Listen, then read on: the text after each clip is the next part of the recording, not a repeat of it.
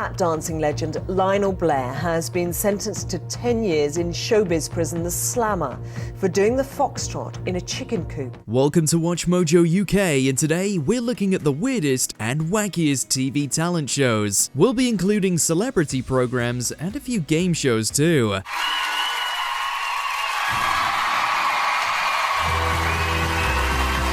Before we begin, we publish new content every day, so be sure to subscribe to our channel and ring the bell to get notified about our latest videos. Number 10. The X Factor. While it's the pinnacle of TV talent shows, paving the way for all the ones that came after it following Simon Cowell's successful dry run with Pop Idol, it hasn't exactly aged well. No, I'm not just a singer. I have to have this. This is what I do. The series quickly came to be dominated by its auditions, with people often enjoying the audition episodes more than the actual competition. In hindsight though, and in the wake of various scandals about reality TV aftercare, it's clear that publicly mocking these people was a product of its time. I'm a generalist. Not a specialist, I'm a generalist. My voice does a lot of things. The program seemed to have no sense of responsibility for its contestants, with even the successful ones sometimes going off the rails. Some well-known faces from the auditions, like Ariel Burdett, have even taken their own lives. I got the super sexy swinging thing that you just can't ignore. You wanna hear some metal? You wanna hear me roar? Number 9. The Jump. Part of sort of my process of hopefully becoming good at what I'm doing.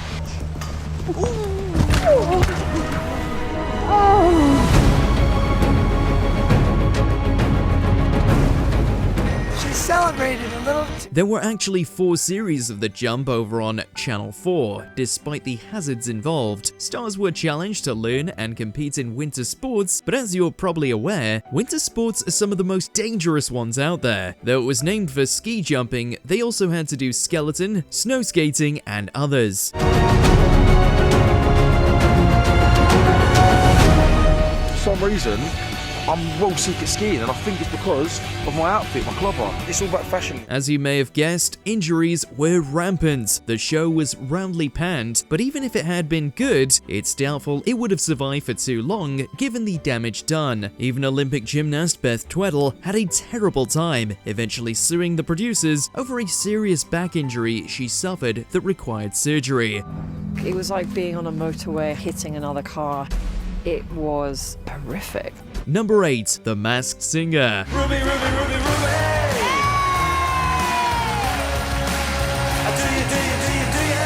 What's more dystopian than us all sitting around trying to guess which random celebrity is in the silliest costume imaginable while the world gets progressively worse around us? What's going on? It's another mask. What? Based on a South Korean program, The Masked Singer is like The Voice multiplied tenfold, with a lineup of judges possibly even more random than the contestants themselves. Many of them, like Jonathan Ross, with absolutely no singing ability of their own.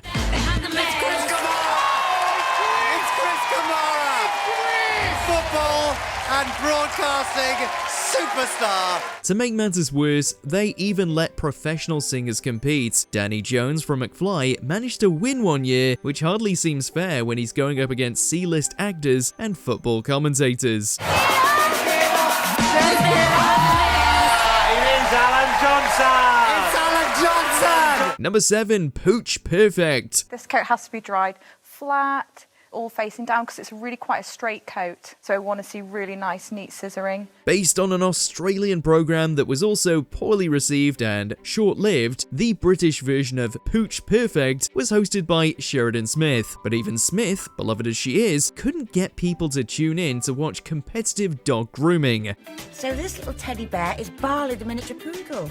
Very cute look, isn't it? On the face of it, you can see the justification for the show. Brits love dogs, and we love watching dog shows, with millions watching Crufts each year. But there's just not enough meat here to make it a worthwhile show, with the public largely uninterested in the intricacies of dog grooming. It's also quite hard to tell when somebody's done a good job and when they've done a bad job, especially when all the contestants are already professionals. Now, what is the secret to handling a dog this size? I mean, is someone as short as me going to be struggling? It shouldn't matter what size groomer you are, we have to be able to handle all these dogs. Number 6. How do you solve a problem like Maria? I believe that all the productions of The Sound of Music in the past have cast a girl too old. In the first talent show collaboration between Andrew Lloyd Webber and the BBC, we'll get to the others later, he was opening his own spin on The Sound of Music, but hadn't found the right woman to play Maria von Trapp. So he did what anybody would do and launched a reality show to find his star. That was as beautiful as you were, I think. Thank you very much. Zoe, did that... Such an old slime ball over the year.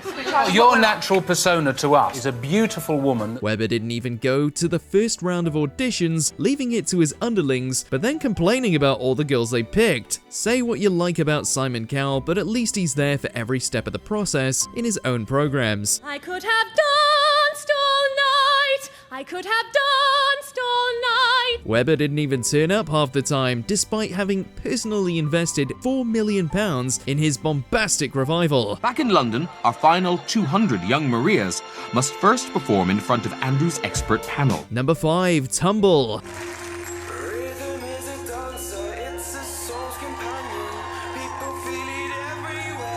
Much like The Jump tried to get celebrities into ski jumping, this time they were being asked to learn how to do gymnastics. It was like a subpar Strictly Come Dancing, perhaps commissioned because the BBC thought it was getting too reliant on Strictly year in, year out.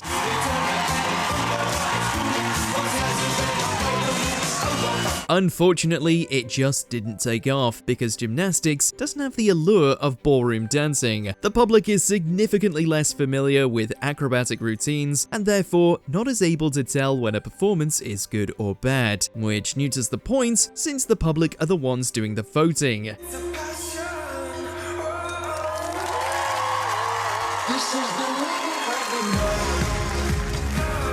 It also wasn't helped by its vague, non-glamorous title. Yes, it's a gymnastics term, but who wants to imagine celebrities tumbling all over the place? Number 4, I'd Do Anything. If you don't mind having to like or lump it, it's a fine life. Another Webber creation, this time he was trying to cast the perfect Nancy in his revival of Oliver, another musical he didn't actually write in the first place. While the dozens of Nancys were shipped off to Nancy Training School, which they all act like is a completely normal thing, the judges busied themselves trying to find the perfect Oliver. I don't really care about how many people standing in front of me when I sing and dance. I really want to be Oliver. Unlike Nancy, the public wasn't allowed to vote for Oliver, meaning that the process for the boys was far simpler. After a grueling contest, Jodie Prenger was announced as the winner. She's since gone on to do various pantos and appear in Corrie. What are you doing?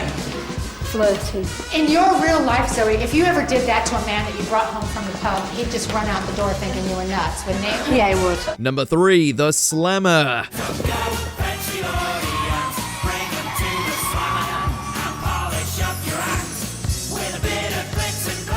Who doesn't want to watch a children's show set in the world's most lenient prison? A flimsy plot in each episode weaves in the prisoners we're going to be seeing perform later, all as a pretext for a big talent show where the audience votes by cheering for which act they think should be released from prison. I don't think that smile is suitable, do you, Lionel?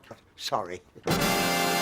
That's much better. Presented by Ted Robbins in character as the Governor, there was a wide variety of acts, with big names like Lionel Blair and McFly even turning up in episodes to entertain Britain's children.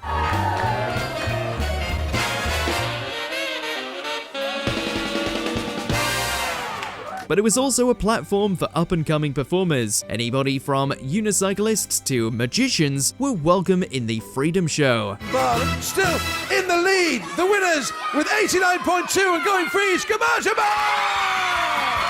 Number 2, Any Dream Will Do.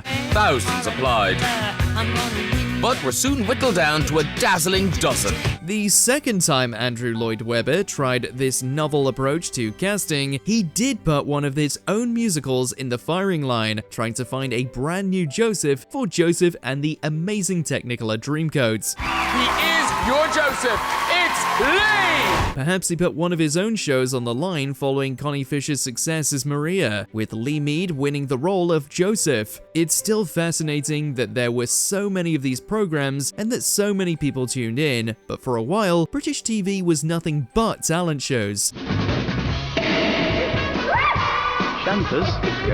Shampoo's at this time of morning. He eventually went back to the well of his own oeuvre in 2012 and did a show about Jesus Christ Superstar, and another casting the perfect dog to play Toto. I look handsome, I look smart, I am a walking work of art. Number 1. Splash. If you thought skiing celebrities and tumbling celebrities were bad, wait until you hear about diving celebrities. I think I've been more bruised, more achy and more sore than I imagined. Over Christmas I couldn't actually move my neck, I was like that. Presented by Gabby Logan and Vernon Kay, accompanied by Tom Daly to demonstrate proper diving technique, a roster of barely famous faces competed against each other. It had absolutely everyone: Linda Barker, Joey Essex, Gemma Collins, and even former Tory MP Penny Mordaunt. Well, I've got a fear of water, a fear of heights and a fear of diving, so I really don't know what I'm going to do in front of millions of people on the live show. But the only two winners were Eddie the Eagle and Perry Keeley. You'd have to think that as an Olympic ski jumper and professional dancer respectively, they had a bit of an athletic advantage. The judging panel was just as weird, with Jo Brand inexplicably included. Even she was confused about that. My diving credentials are that once I fell off the side into a